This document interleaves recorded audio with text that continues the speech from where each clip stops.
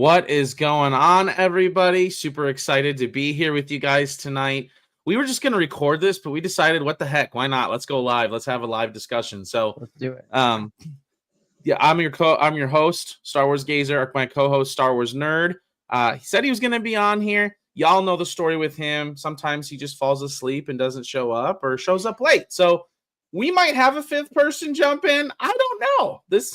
We're just going to fly by the seat of our pants here. So in the meantime, I got below me here, got Mr. Andy Garcia, Andy Classified. Hello. Find him on Twitter at Andy Classified, Instagram at Andy_Classified. Got Mr. Mike Cassell next to me over here. Find him at Mike Cassell 438 on YouTube. And then, not last but certainly not least among the tribes, Whistling Breeze down there in the corner, Mr. Seth Bariza. How are y'all doing today, boys? Doing well, thank you. Good. Glad to have you guys here, and excited to do another episode of Nerds Galore with you guys. This is gonna be fun. Indeed. So, I look forward to this time every week. So just to let my whole inner nerd just explode. So, so we got an interesting list of topics and stuff that we want to talk about tonight. For those of you, Daisy, thanks for popping on. Hello there, she says. Heck yeah. General Daisy. Look at that. Still trying to wake him up, she says. So, thanks, Daisy. You're awesome. So I love it. Love it. You keep trying. So in the meantime, one of the things we want to talk about is I'm going to let Andy Garcia take this one over. Starting out is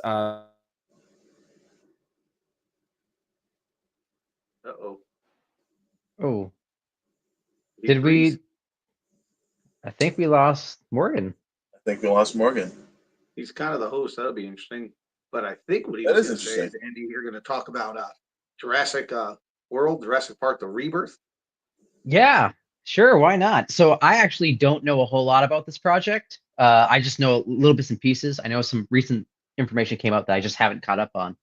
But for those that are interested, Jurassic World, the last film we know, was pretty atrocious. It was a terrible mess. I think Universal is aware that they messed up, and they want to go back to closer to the origin, to the original Jurassic Park. So this film is like a continuation of Jurassic World, but also a soft reboot. And from my understanding, it's pretty much there's a disease caused by the dinosaurs. I think that's a plot explored in the original book, or a thread at least in the story. A disease that threatens humanity, and so that they need to go to the island and get the DNA from some of the larger dinosaurs to figure out how to cure this disease. And the rumor is, if you're a fan of the third Jurassic Park like I am, we're going to get to see Spinosaurus again, and we're going to get to see the Velociraptors from the third film, which were probably the best designs from the franchise, in my personal opinion. You're talking about the original 3 films, right? Correct. Yeah. Okay. Yeah. Of the original 3 films, Jurassic Park 3 has the best Velociraptor designs, and that's mainly because when they made the first 2 films, we didn't know what Velociraptor skulls actually looked like. We were basing them off Deinonychus skulls. By the time they made the third film, they had a better understanding what raptors actually looked like, so they were incorporating the real designs. And then for Jurassic World, they just said, make it like the original movies. They thought nostalgia bait, and it's like, that's not how this works, but okay. Yeah. Don't you just love it when creators come and take something and don't really do their homework? Right? Just make it like that. Mm-hmm. Yeah. And I think I was talking with a friend earlier. They completely misunderstood. Completely just on me. Oh. So here we go. We're back. Yeah. I was like, what the heck? Welcome back. So we're back. All right. So like I was saying, we're going to let Andrew over here. Andy is my new favorite. He called me General Daisy. Nice. I like it. Good job, Andy. Way to go. Way to make our watchers and listeners here feel welcome. I appreciate that. My gift to you. Appreciate that. While my system went down, great. So anyway, the new Jurassic World Rebirth that they just announced. Andy, I'll let you take this over. Seth, you kind of had a question for him because you didn't really hear about this. So maybe pose the question and then we'll let Andy kind of take it from there. So So while you were gone, we've talked about it a little bit. Okay, go ahead. We So just jumped right you in. do your thing. Yeah, you do your thing. You guys are awesome. I love this. We got your back. Yeah. I like it. Keep up. Keep on keeping on. Conversation keep to continue. Don't mind me. Yeah. But I was just saying how for the Jurassic World films, they kind of went back to the designs of the original Jurassic Park raptors, but made them bulkier. And I was talking with a friend about this. If you look at the textures of the first 3 films, raptors, most of the dinosaurs don't really have scales. They have what we would almost consider like elephant skin. Like it's very wrinkly, tough hide, Yeah. which was perfect for Jurassic Park.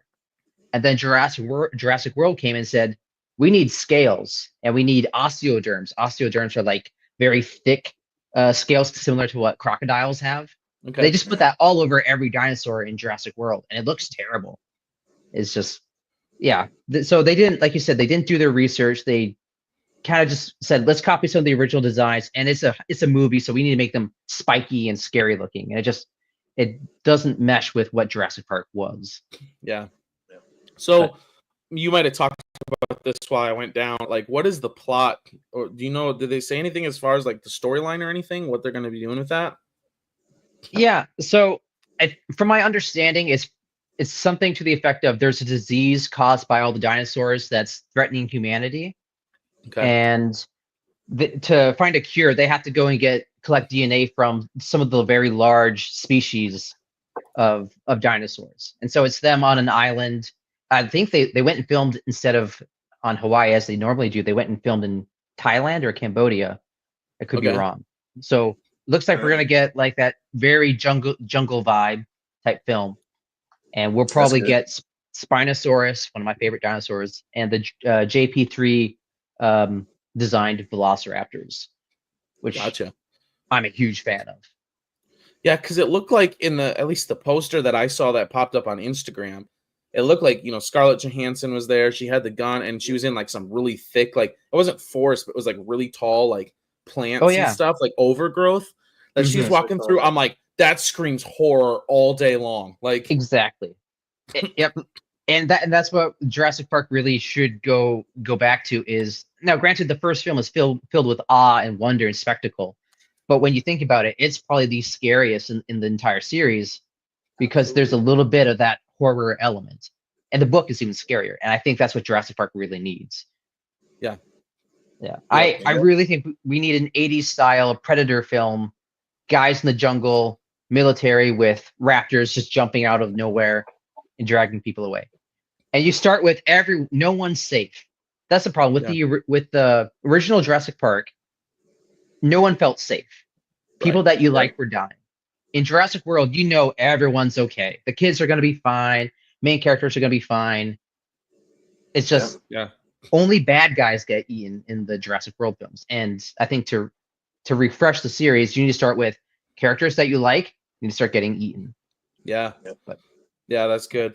I mean, that reminds me of like a lot of the movies that I like even like, Star Wars Rogue One. Like when all the main characters die, I was like, dang, okay, all right. Like I can get behind that. Like, no one is safe. Like exactly. Yeah. So. And I think it's because studios nowadays, they want everything to be franchisable. So they say, don't kill off a character because we could use them later on. Cameos. There's a lot of money in cameos nowadays. Yep. So, or if a character does die, you can bring them back in a certain way. Well, we never saw it on screen, so therefore he could come back. Yeah. But, yeah. That's true. Exactly. Right. Yeah. So that movie is set to release in, I know obviously next year. Do you know when? I think, is it 2026 or is it 2025? Let's take. I'm showing here July 2nd of 2025. So wow, that's fast. 8 months away. Yeah. So they just wrapped filming. Huh. I don't know. Impressive. More power to them. Yeah. I think. Has anyone ever noticed that CG looks really bad in movies nowadays? Yes. Like you can really tell. My brother and I, we had just watched Jaws, and we were talking about like how Jaws, Star Wars, all that stuff when it first came out, like no one had ever seen anything like that. Nowadays, we'll never experience that. I think the closest we'll ever experience is Dune, just because it's so spectacular looking. But I was saying for like a dinosaur movie or any special effects, I think you need to combat the idea that CGI looks so fake nowadays, and to make things real, you need to start using almost exclusively practical effects. Yeah. Like like the budget would be big, but use full animatronics. Use CGI sparingly. Yeah. I know it's possible. Like you can see the Walking with Dinosaurs stage show, the How to Train Your Dragon stage show. The animals are puppets, but like they move, they walk. There's things you can do. I think that would really make these films feel real. That's the I agree. the old art of old style music. I mean, old style movie making. That's what makes it really awesome. Yeah, Exactly. It's easier to suspend your disbelief with an actual object than computer generated stuff. And maybe it's easy when you first see it, but the more you watch it, like you go back to watch the original episode 1, like it doesn't look good now. It doesn't look good. Right. Yeah. You know, you mentioned this too, How to Train Your Dragon. I saw Empire magazine. Are they making a live action? Yes, they are. The trailer's supposed to drop in a couple days. So, because I'm gonna share this then on the screen, because I saw this and I don't know if this is actually the guy or not, but this is what I saw, and I was like, I need to ask Andrew about this, because if anyone knows if this is actually happening, it's gonna be Andrew. Let's see here. Let's see if I can populate this video. That's not what I wanted. Dang it. Okay. Here we go. All right. And shared. So the screen on the top right up there, that picture up there, that's what popped up, and I'm like, oh yeah, dude. That I was like, is that real? Yep. That's real. Okay. All right. I'll bite. And they released another image of the iconic shot of Hiccup putting his hand to Toothless's muzzle and all that. It looks good, but it also looks like a shot-for-shot remake, which not fully complaining.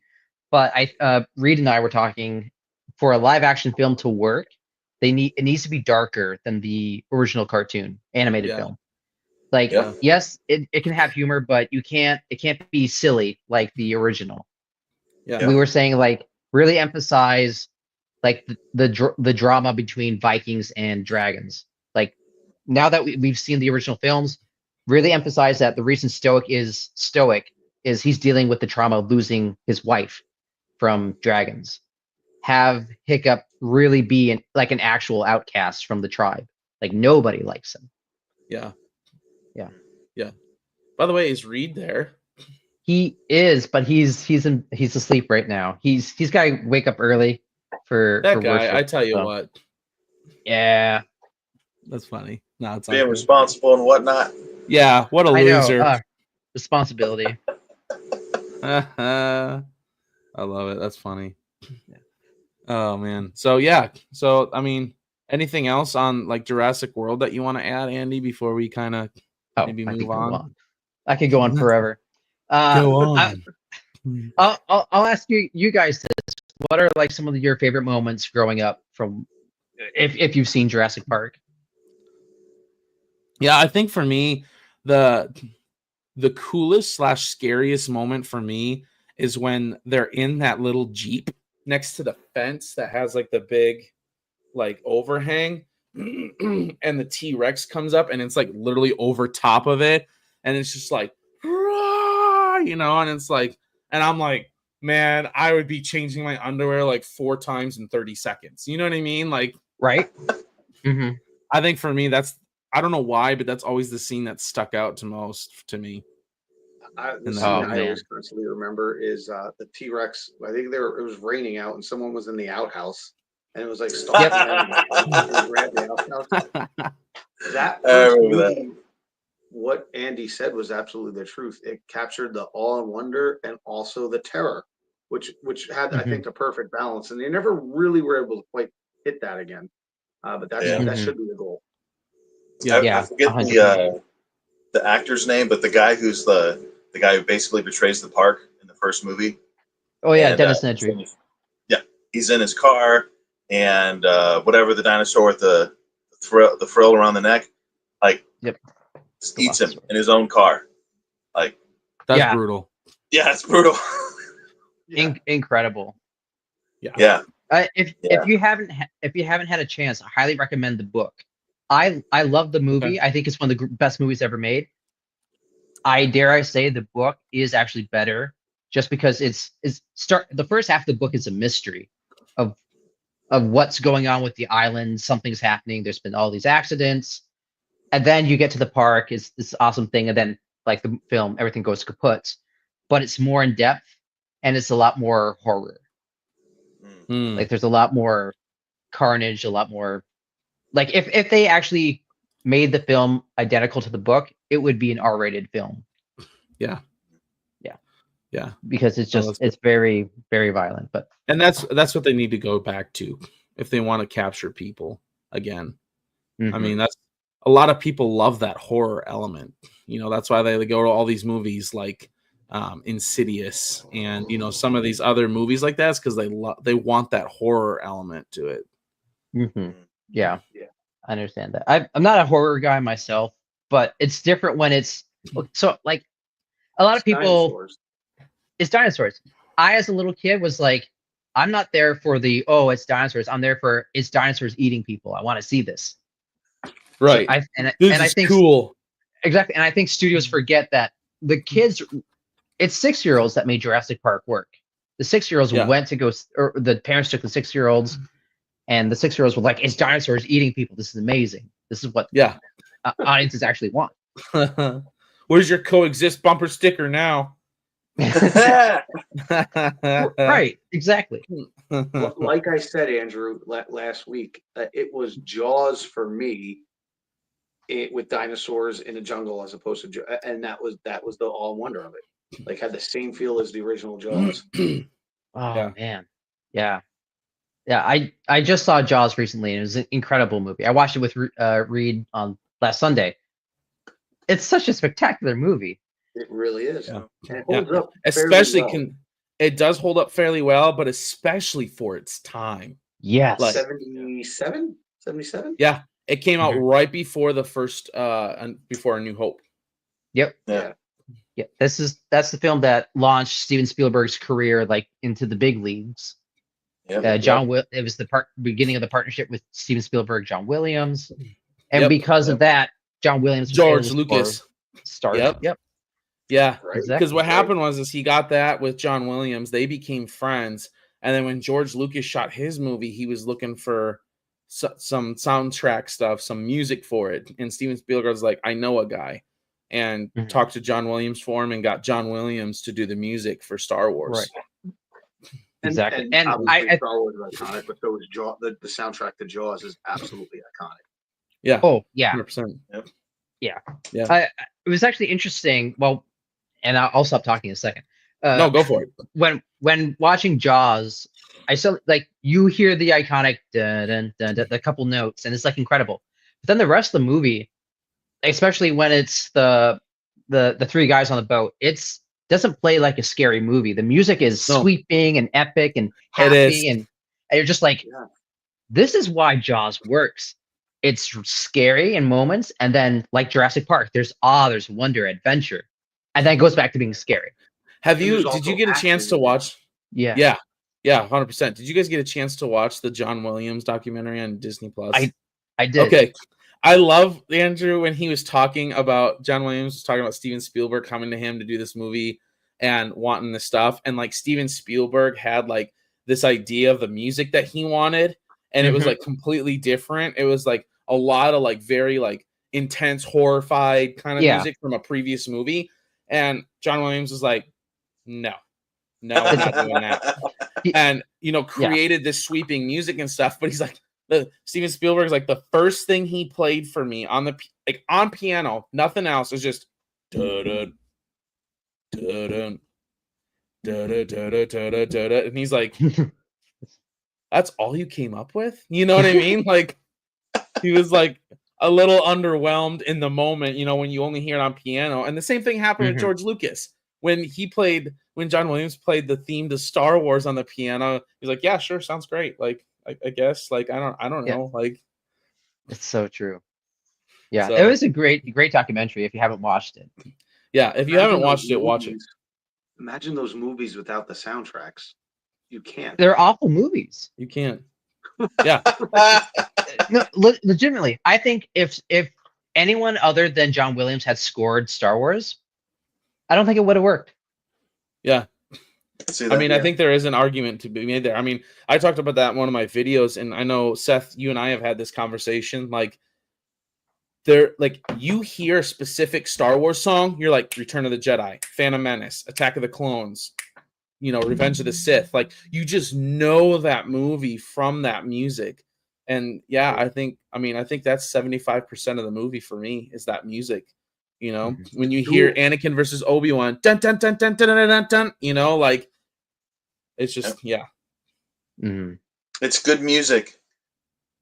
It's not just, this is good soundtrack music. It's like, no, this is good music. Right. Yes. Yeah. Rolando Flores says, "What's up?" Hey, says Daisy, Andy. What's going on, Rolando? Good to see you, pal. Good to have you in here. Thanks for being in here for our late night nerd discussions. I like it. One of the things I also wanted to talk about is I've been kind of going over this with these guys. I have some questions that I usually ask, like when I interview other podcasters and stuff. And I realized I never really asked you guys this. So I'm kind of curious, when it comes to Star Wars, what was your first encounter with Star Wars that really made you like, oh man, I love Star Wars. This is awesome. This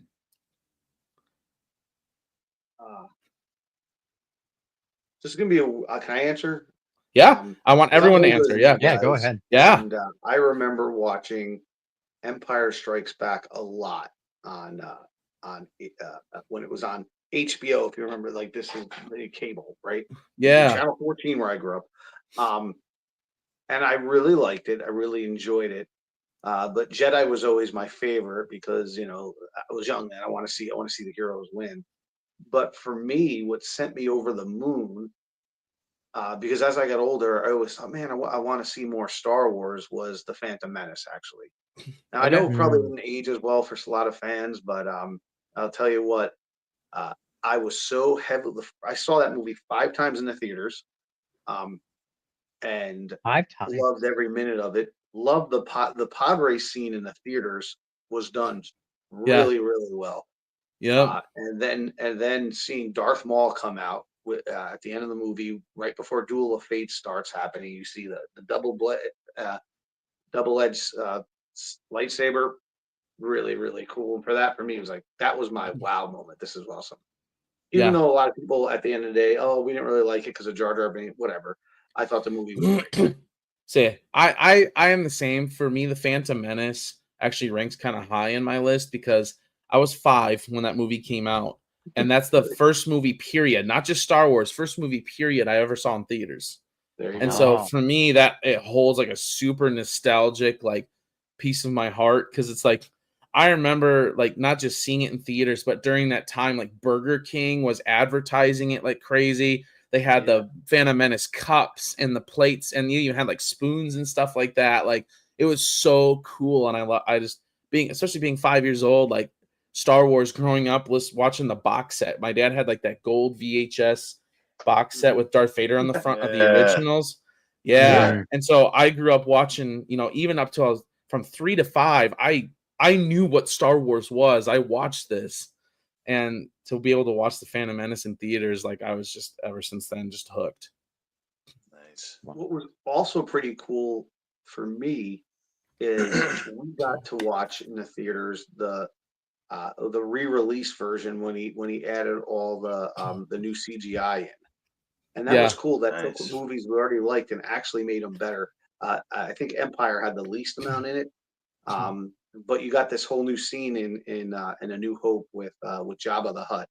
CGI was a little like awkward with Jabba talking to Han, but that was really cool. Yeah, and it was. That was pretty special too. And those were released like a year before Phantom Menace, if I remember correctly. Interesting. Yeah, I never got to see that. I did. Was it last year or the year before for the 40th anniversary of The Return of the Jedi? I was actually able to go with my dad, and I was able to watch it in theaters with my dad. That was really cool. And then the week after, I took my oldest son James, and we went and saw Star Wars in concert. It was Return of the Jedi, so it was really cool. Yeah. So Star Wars in concert is where they played the whole Return of the Jedi movie.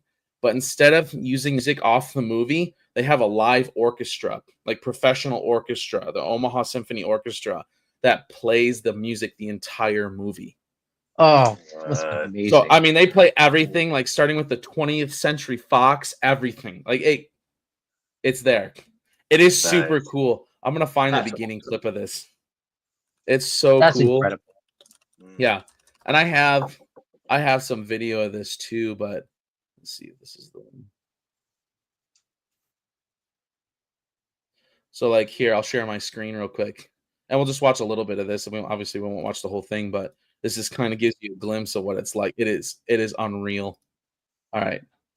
Make sure you guys can hear this.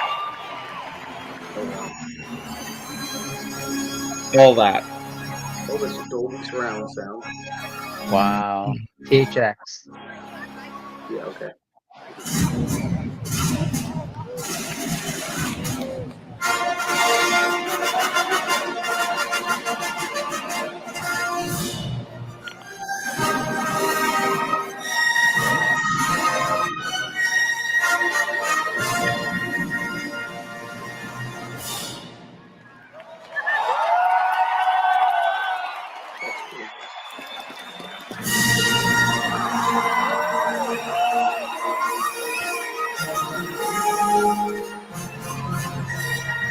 So this one, the video, they kind of skip ahead on some of this for copyright reasons, but I mean, and then they go, whatever movie you're watching, they play, like you watch the movie, but it's the orchestra the entire time.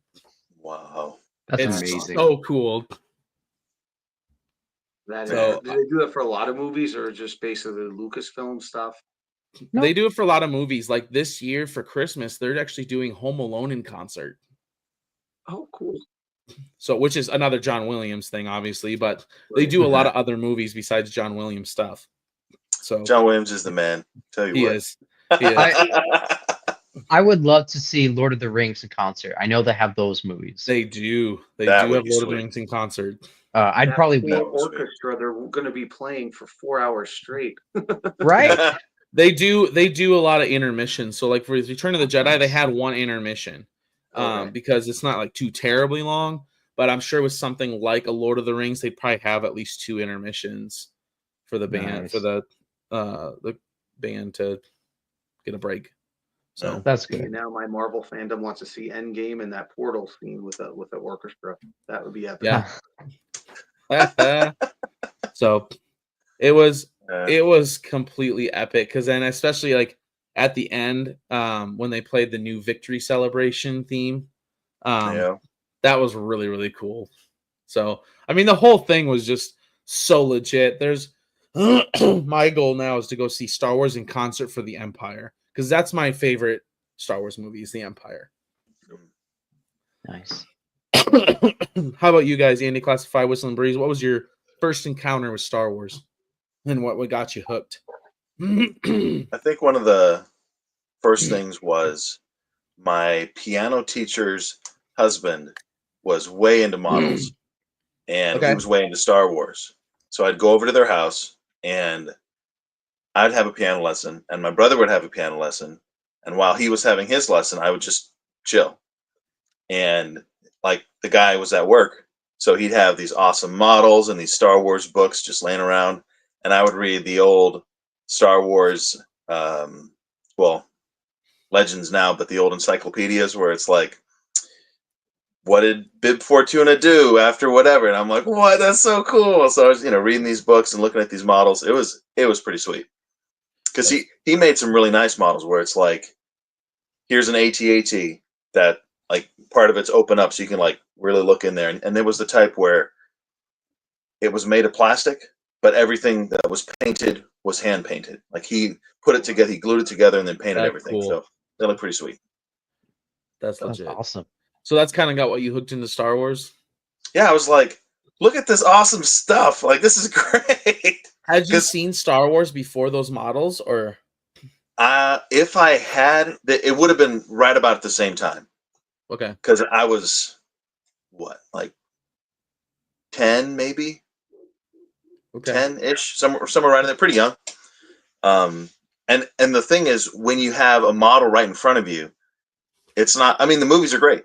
But when you have the model right in front of you, you can say, wow, the leg does go like that. And this is like that. And here's the X-Wing. And, oh, look at that engine. Like, oh, wow, look at that. Yeah. So I feel the same way about my sabers now that I have. I have Luke's saber and I have Anakin's from episode 3. And, like, now I'm like, whoa, so that's what it feels like to hold those. You know what I mean? Like, that's cool. So what is Seth, what is the first movie you remember watching of Star Wars? Ooh.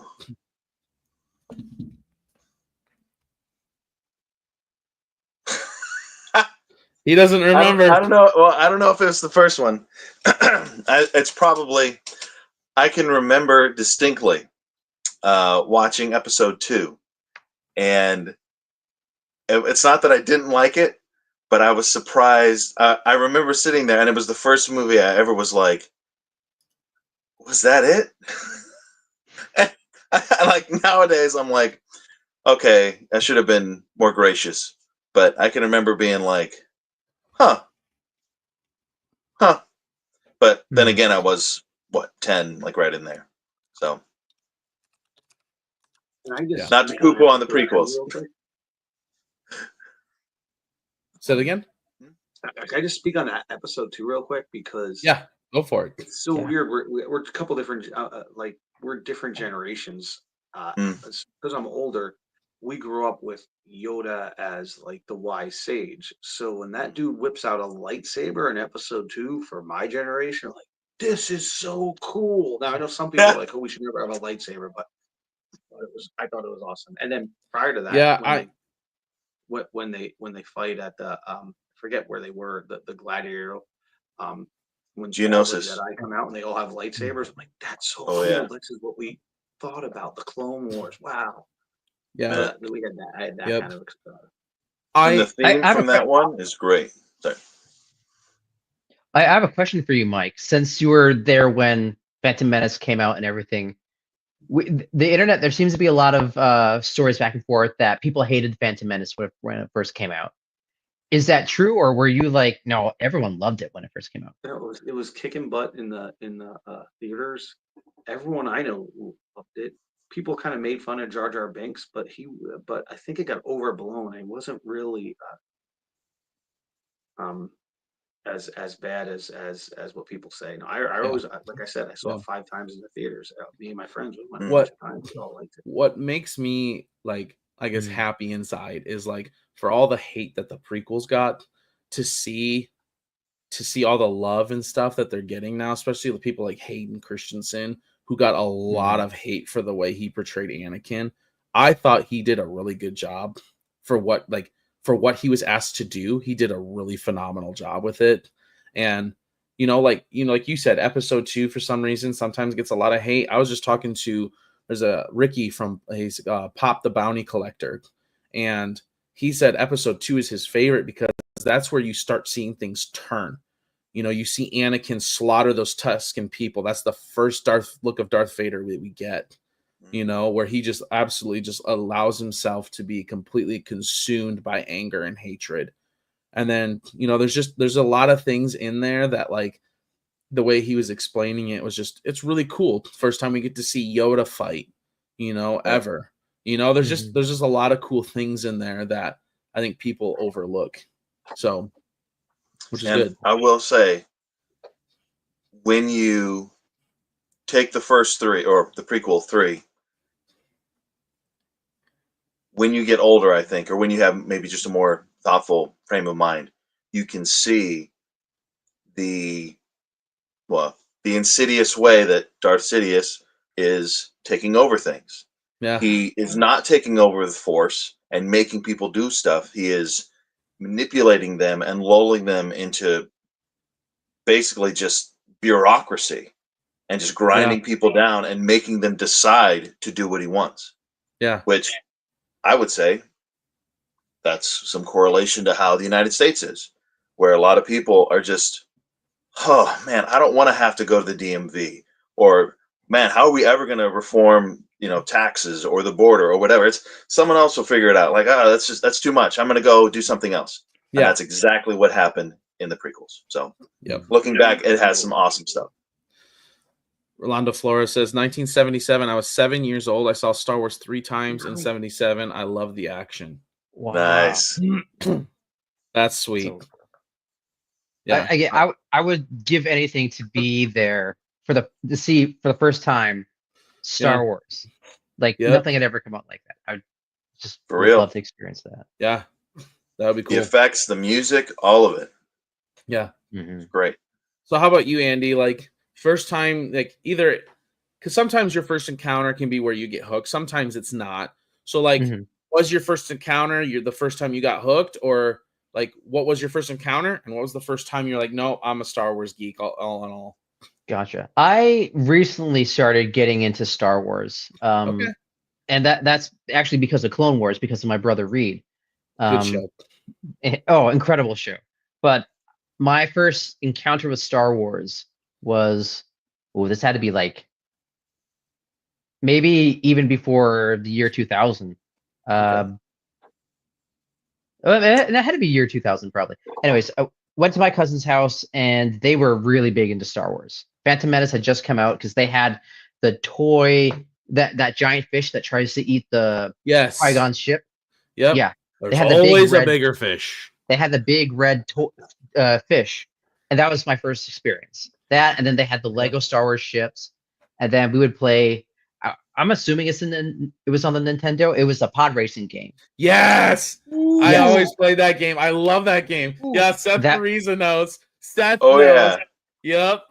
They brought it out on Steam recently. Yeah. Oh, did they? Oh yeah. I might have to play that. That was Episode 1 racer, baby, all the way. Woo. Yeah. So that was my first introduction to Star Wars. And then it just, once I left my cousins, it was just off my radar. I think I was really into Free Willy and Jurassic Park as a little kid. And then episode 2 came around, went to my cousin's house. They were talking about Anakin Skywalker. And I'll never forget the first time I came into contact with Cool Ranch Doritos was for Attack of the Clones. There was a picture of Anakin Skywalker on Cool Ranch Doritos. So now when I think of Cool Ranch Doritos, I think of Anakin Skywalker. There you go. Should. That's marketing. Marketing done.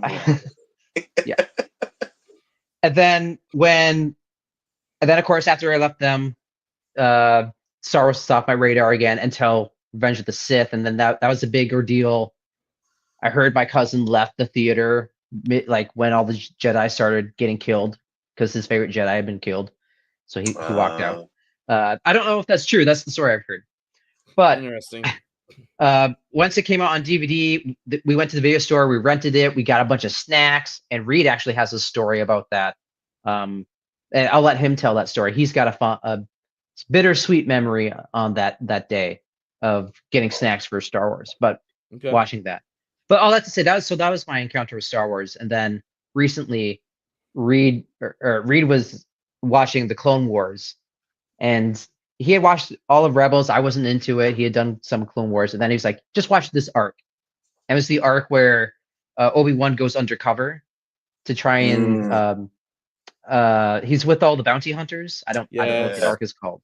He showed that to us, and I was just like, "This is incredible. I love it."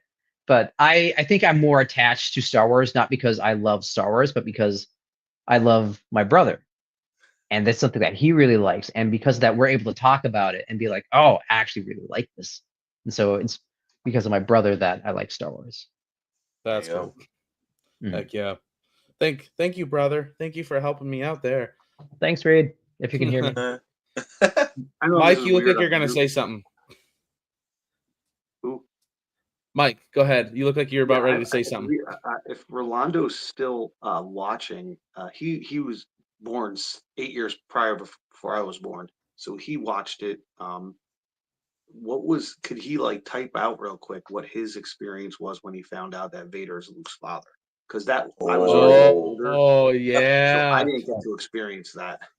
Yeah, Rolando, what was your experience in that Empire movie when you find that out? I would love to hear that, Rolando, if you're sitting here listening. Would that be the greatest plot twist in cinema history? Or movie reveal? Do you guys know of a movie called The Sixth Sense that has a pretty intense plot twist? Oh yeah, that one does. Yeah.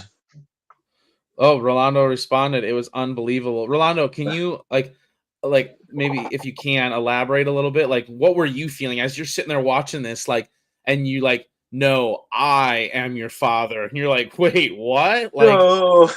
Yeah, man. Yeah. Says everyone was talking about it. Like, how can that be? Yeah. Nice. Yeah. We're talking. That had to be a really cool feeling. I remember an interview, I think it was with George Lucas, where they talked about he had Yoda in episode 6 specifically affirm, yes, this is true. Because there were people who were like, nah, it's a trick. It's a trick. There's no way that's true. Yeah. That cannot be. I've heard that. Yeah. So that's why he asked, is Darth Vader my father? And he's like, your father is. Yep. And then he gets mad at Obi-Wan, right? He's like, how come you didn't tell me? And he goes, well, what I told you is true from a certain point of view. From a certain point of view. Yeah. Right. And at the time, like, you can understand it. He was just trying to protect Luke, right? That would have been way too much for him to handle at the time. And then he died. So it's like, what are you going to do? Right. Exactly. Yep. Yep. Oh, man. Do y'all remember the prequel DVDs that had those awesome menus? Yes. I was just watching one of those for the DVD, like for the Revenge of the Sith. It shows the Tanith 4 fly in and into Coruscant to the main like Capitol building, and then it like kind of zooms out almost into the office of Chancellor Palpatine. He's got like the red screen up, and he's looking, and then it pops up with the menu. I was like, oh, I forgot about that. I'm telling you, it's a lost art because now you just go on Amazon or whatever. But that stuff, it was a whole experience. It was great. It was, yeah. They also had they had like 3 different main menus for that. Exactly. They had that one. They had the Utapau one where he like lands and it had like the skeleton thing over top of the landing pad. You know what I'm talking about, Seth? Yeah. So they had like 3 different ones for each movie. In episode 2, my favorite was when they went to Camino, or the menu was Camino. Yes. I love that planet. Anyway. Yes. But yeah, dude, that was so cool. That whole thing, it was great. Dude, that's legit. I can remember those. I don't remember those specific menus, but I remember whenever a menu would come on, you were always scrambling to find the remote because that's when you realized how loud the movie was going to be. Yeah. Or like how loud the menu was. Like, That's funny. That's funny. I remember spending hours too. Once those DVDs came out, they came with there was like 2 or 3 DVDs in each one, and they had the making of the bonus content. Yep. And I remember spending hours and hours watching that stuff because I love that stuff. It's so cool to see how they have trailers. Yeah. Yeah. They'd have trailers for like Republic Commando or whatever game was coming out. Yes. Yeah. It was awesome. And it was cool. I was like, I've been posting some shorts and stuff on Instagram and YouTube, but like General Grievous in episode 3, like watching George Lucas have all these artists post up their ideas, and he puts his stamp on a couple and is like, I would like to see some of these developed. And then it was like a week later, they were getting like the final drafts for like final picks. And one of the artists was like, I just decided after like I had done a sketch of something, and one of my buddies was like, dude, you should finish that and just throw it in. And so he's like, I took like an hour and I finished this drawing, put it together, had it scanned, sent it in, and George picked that one as General Grievous. Wow. Like, that's how General Grievous came about. And I'm like, that stuff is so cool. It was a last minute, like, I'm just going to throw this in to see what happens, On Disney Plus, have you watched the miniseries Light and Magic? Yes. The behind the scenes. That's an incredible documentary. But you just reminded me of how they convinced Steven Spielberg to do CGI for the dinosaurs for Jurassic Park, because it was all going to be stop motion animation, that's how those sort of special effects were done. Yeah. And the guys wanted to do CG, certain guys at ILM, and the heads at ILM said, no, we're not ready for that. They had just done Terminator 2. We're not ready for that sort of visual effects. And so behind their backs, they made the model for the T-Rex, a skeletal structure. And then as Steven Spielberg or Kathleen Kennedy was coming through the office, they put on a screen and pretty much bent the arm of ILM executives to say, yeah, that's for the movie. Wow. And we're pretty much like, yeah, what are you going to do about it? And they couldn't say no. So they're like, yeah, this is for the movie. And then like, that what are you going to do? Awesome. I love it. Yeah. That's cool. Incredible. Yeah. Wow. Those guys were, especially back in those days when because if you think about it, like Steven Spielberg, George Lucas, Francis Coppola, like those guys changed the movie market for forever with their movie making and the innovation that they brought to movie making instead of the classic 50s and 60s, movies. I mean, they changed a lot. And I think especially George Lucas with ILM and all the stuff that he did with the practical effects and stuff on his movies. Like, I mean, he changed so much, and we're the better for it now. I think we've gone too far too fast in the sense of like some of these things I think will become reality, like the CGI stuff like that. I think a lot of times we go too fast to grab onto that. And I think sometimes we need to slow down like movie making and like, okay, let's go back to like you said, Andrew, earlier with Jurassic World, some of these practical effects, some of these things that really cause us to like be enveloped into these movies. Right. Because let's be honest, we look at these CGI, sometimes it's done really well, very few and far between though. A lot of times it's like you're looking at it and you're like, that looks horrible, so I think they need to get back to some of that. But yeah, it's so cool to watch these guys. There's that, I don't know if you guys have seen the documentary called Empire of Dreams.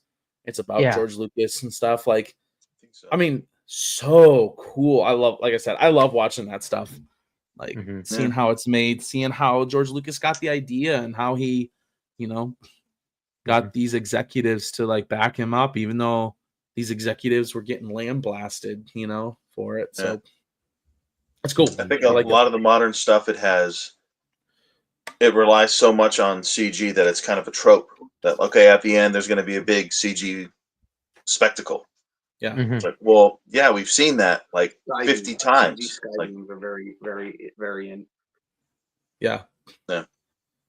And it's actually destroying the visual effects industry, because almost every time Marvel releases a big movie, the studio that did the special effects, if it's not ILM or Weta or Digital Domain, they go out of business because they're not being paid enough for the visual effects.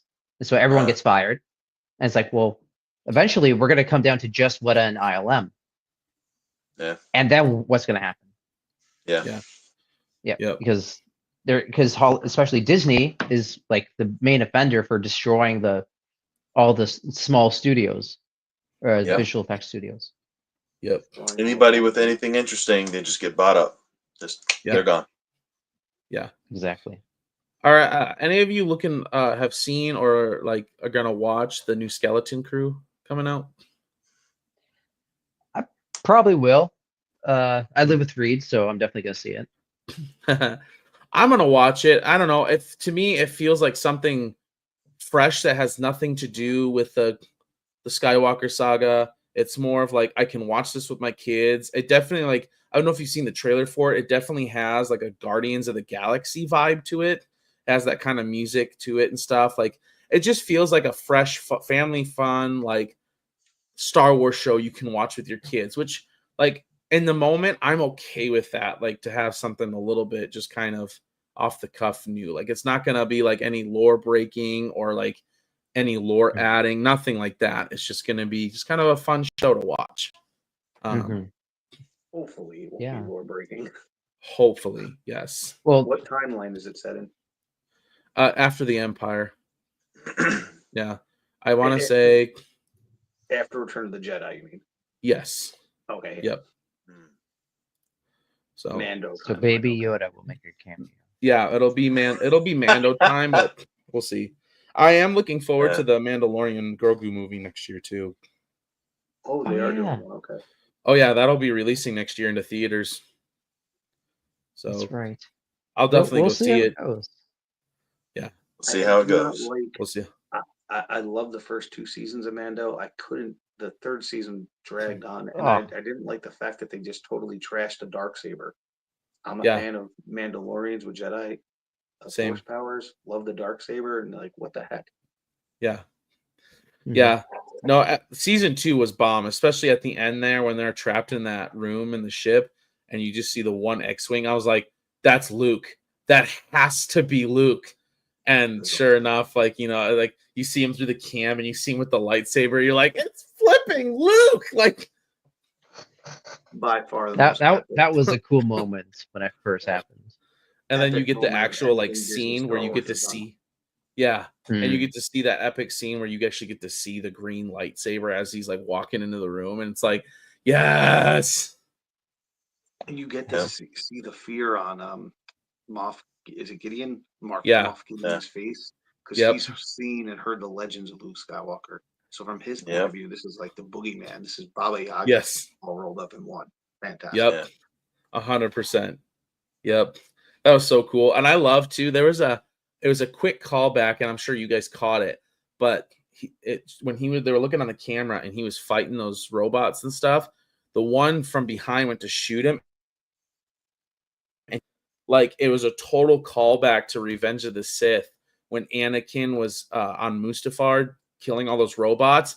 And the one right before he turned and showed his Sith eyes, the one robot tried to shoot him from the back and he blocks it without even looking, and then like turns and he's got yellow Sith eyes. Like it was a cool, like small little callback if you caught it. It was so cool. He is Darth Vader's son. Yeah. The whole scene is also a callback to the ending scene in Rogue One when Darth Vader plows through the hall. Yes. Yeah, when he gets up to the elevator there and like he just starts taking them all out in the hall. Yeah. Yeah. That last one when he grabs it and just crushes it, like yeah, that was awesome. Yeah. Without a shadow of a doubt. Yeah. I wish that they had some kind of, well, I'll say this. I wish they had a more cohesive vision. Because in that moment, at the end of that season,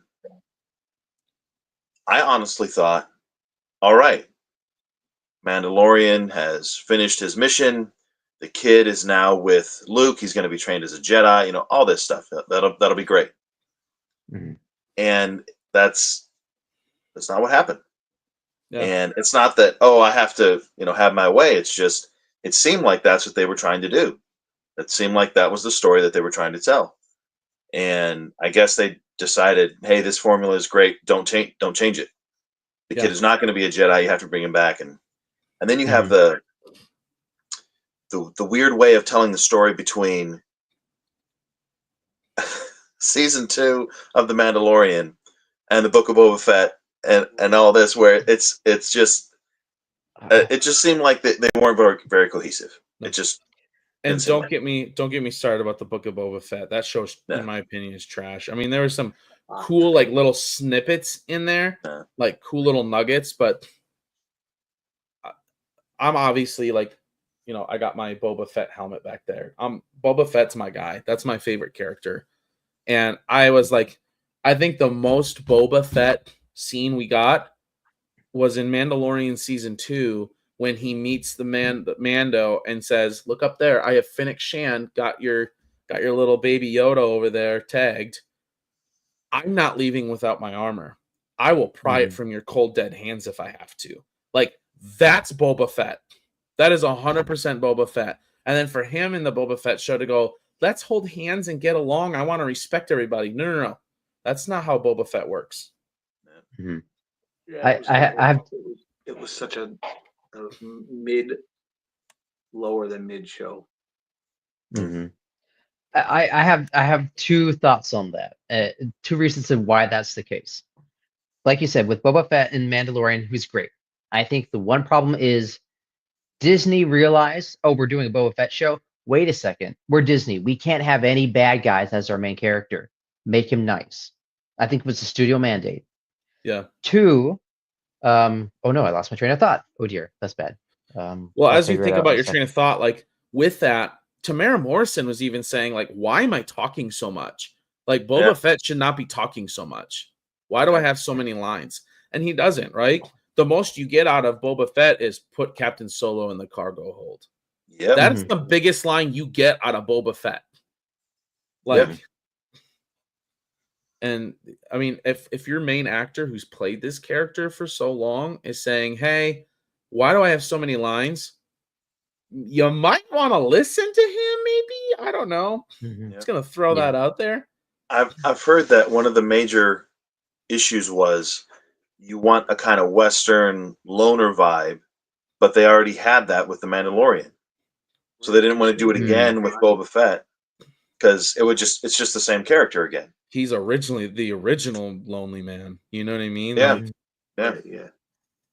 Have you heard the? I remember my second point. There's the rumor going around that Book of Boba Fett was supposed to be part of season 3 of Mandalorian that was filmed, but then because of COVID, they couldn't film the rest of season 3. So they said, okay, re-edit, rework it to be its own thing. And that's why the Mandalorian suddenly has 2 episodes in the Book of Boba Fett. I was going to say, which would make sense why Mandalorian took over 2 episodes. I mean, which were the 2 best episodes of the whole series. It's true. Yep. I can see that. Yeah. Because it's just they need a fairly consistent revenue stream. So they can't have, if they're trying to keep your show going, you can't go too long without new stuff. So that I could see him making that choice. Yep. Same. The bummer. But still, I got a question for you guys. You mentioned Luke. Would you guys be against or for recasting Luke with the dude that played the Winter Soldier and doing like a Luke young training Jedi thing with him?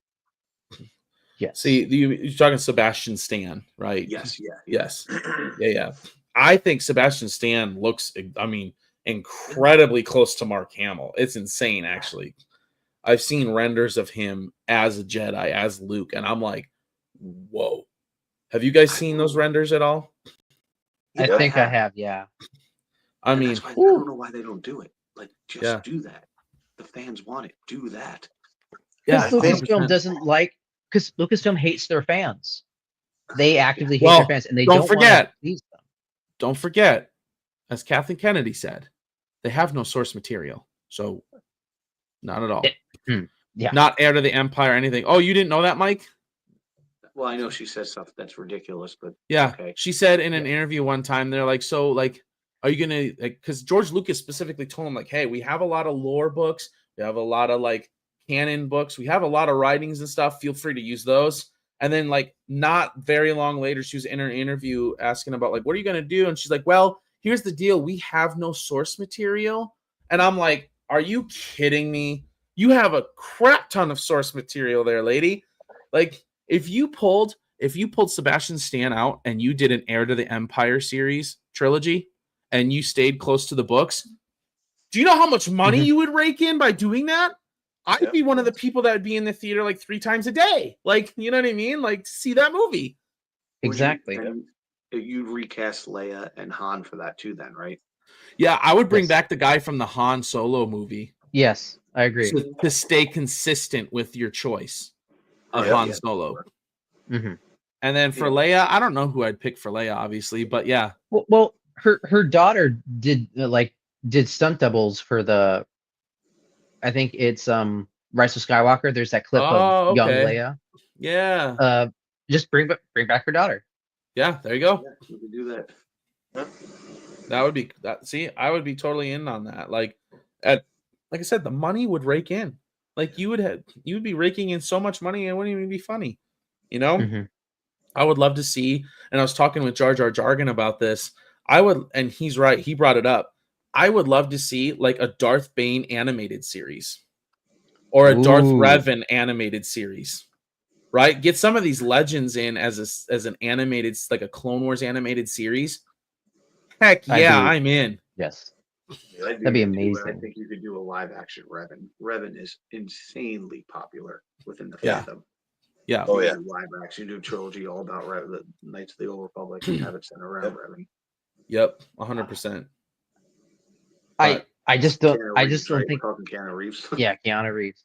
I just don't think that they would do justice. Look at their writing staff, everyone that they have on, pretty much everyone on staff at Lucasfilm. Yep.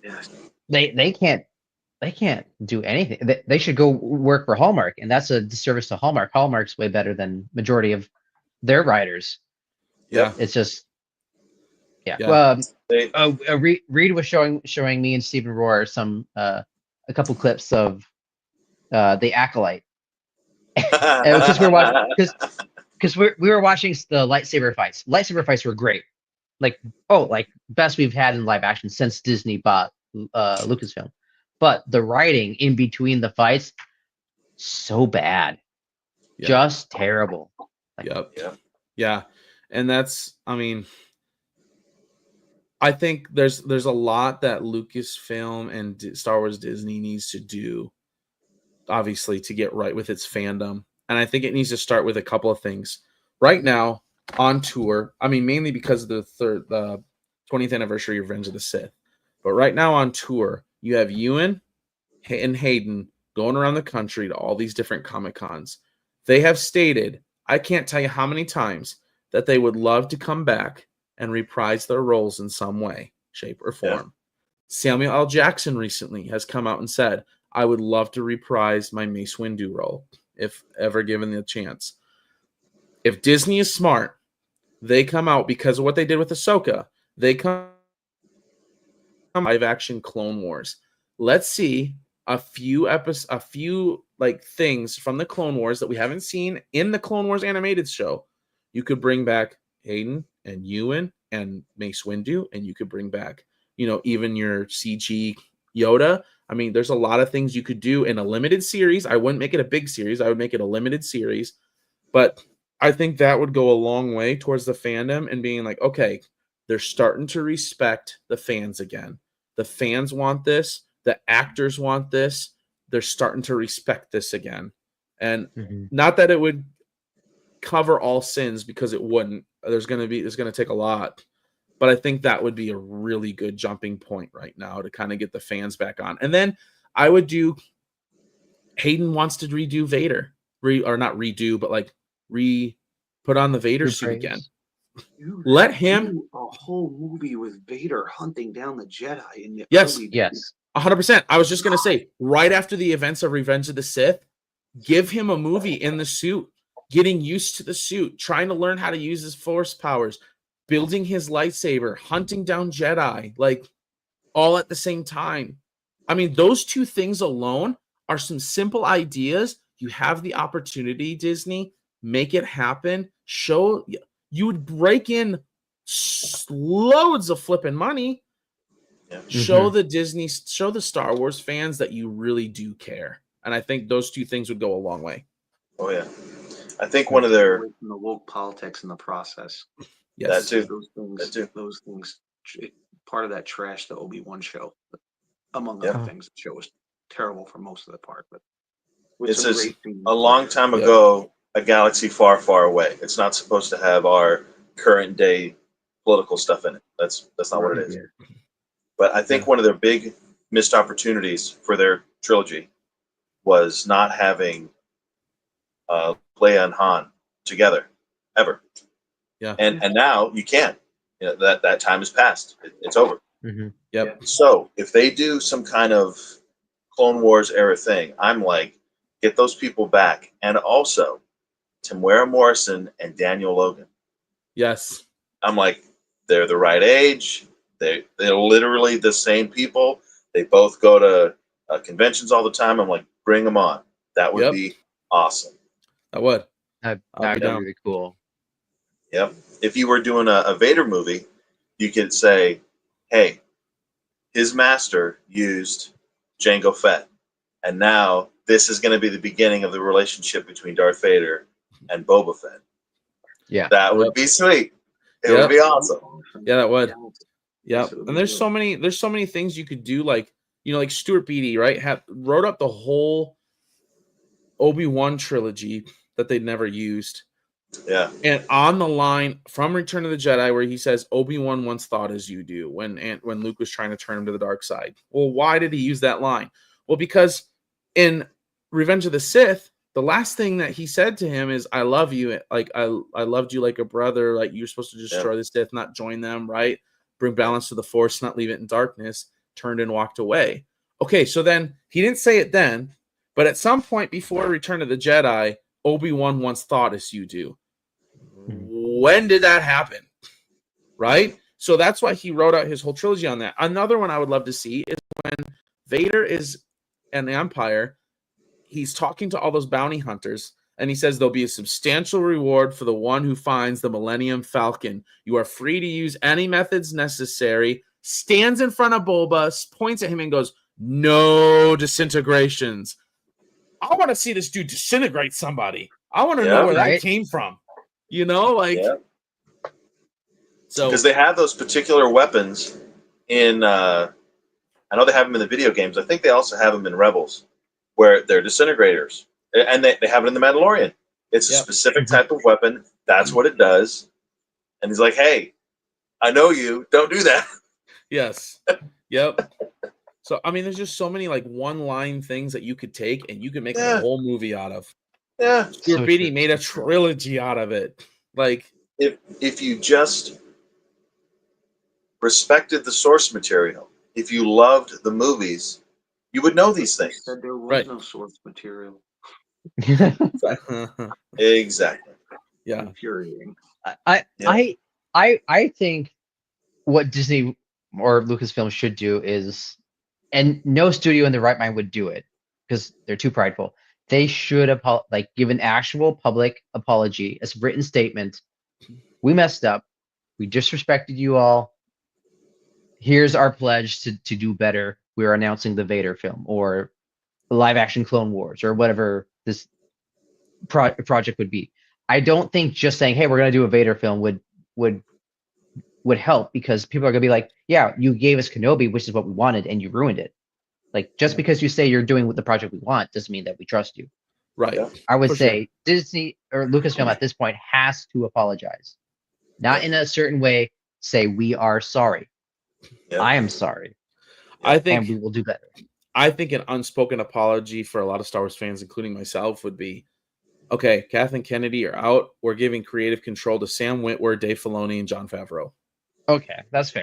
I'd be like, I will accept that as an unspoken apology. Right, yeah. I think one of the core issues is they,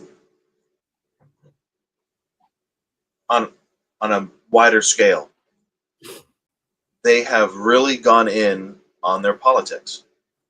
Mm-hmm. And it seems like our recent election has seriously mystified a lot of them. Yeah. And not like, oh, I don't know, but really I do. It's like, no, they genuinely don't understand how anybody could not think the way they think. Right. And so for them to apologize for projects that are really pushing their politics, they genuinely believe that is the best way, that is how it is supposed to be. Yeah, exactly. We're doing the good work of spreading the gospel of woke or whatever. Yeah. And so for them to apologize, it's going to take some serious, it's like, it's not even, they know they're going to lose money, but they believe it's the right thing to do. So they're going to do it anyway. Yeah. So it's going to take some serious, not just monetary type convincing, but more of on a foundational level. You are not making entertainment; you're making propaganda. Yeah. And that kind of thing, it's a whole different animal. And the other thing too, I was interviewing Battle Pack's official. He does a lot of like card openings and stuff. Like you can buy cards and stuff from him. And by the way, these are some sweet ones too. Some of these that I got from A New Hope. Anyway, he was saying, and I like his point, is that when you're Disney, when you're coming out with stuff, keep the live action to movies, keep the animation to the TV shows. Don't cross the two. The movies do so much better when they're live action, and the animation when they're TV shows. Like, just stick to the movies. Throw back, like if you do a Vader, make it a movie. Don't make it a TV show. Don't make it a series. Make it an actual movie that we can go see in theaters. Yeah, like so true. It has quite a different feel. Yeah. Andor's good, but the way that I'll say this: more is not always better. Right. You will get literally more content from a miniseries, even just one season, much less 2 or 3 or whatever. But we don't need more; we need better. Right. And that's the thing. Yeah, 100%. And it's kind of crazy now. They don't want quality. That's right. what Disney wants. They want more content, consume content, consume content, consume content. Right. Yep. Exactly. And that's the thing too, is like it's so interesting to see like the inconsistency is because like, the first Andor, like Andrew, you've talked about this. You really liked Andor because of how slow it was. It was world building. It was a lot of this stuff. Well, this new Andor season 2, every 3 episodes jumps a year in Cassian's life. Like, it's good. And I'm like, whoa. Hard to watch. Yeah. And it's like, whoa, because it's like people that like the Andor show liked it for the fact that it was world building, and it took its time and it built these things up. And now it's like, by the way, we hit the fast forward button times 6. You know what I mean? Like, then it's like, wait a minute, like, what are we doing? Yep. Yeah. And that's honestly the fault of, because Lucasfilm had, what was the show that came up before Andor? Was it Kenobi? No. I think Kenobi. Was it Kenobi the last one? Or the original Andor? Kenobi or Ahsoka, I think. I think it was Kenobi. People had lost hope in Lucasfilm at that point. And so no one watched Andor, which was sad because Andor was really good. But because they had lost hope in it, it's honestly, you don't need to watch it, but it was really good. It's really good. I think and because no one watched Andor, that's why Disney said, okay, you only get 2 seasons. Reed was saying it was supposed to be 5 seasons. Like, it was still gonna be a slow burn, but it said because no one watched the first season, you have to wrap everything up in 1 more season. That's why they're skipping all these every episode's another year.